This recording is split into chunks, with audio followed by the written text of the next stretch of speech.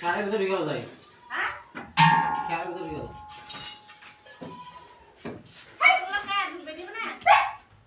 বাপ বেটা তো লেগেছে সাপ খেদাই আমি দাঁড়িয়ে খেয়ে এদিকে চলে এলো ফুস হাসা ফাসা করতে আমি দড়ি পালিয়ে এসেছি ঘর থেকে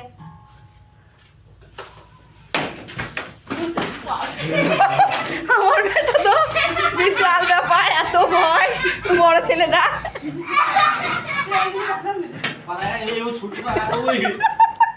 না খবরদার ছিল না, গায়ের উপরে দাও, পুকার গিল গিল করছে।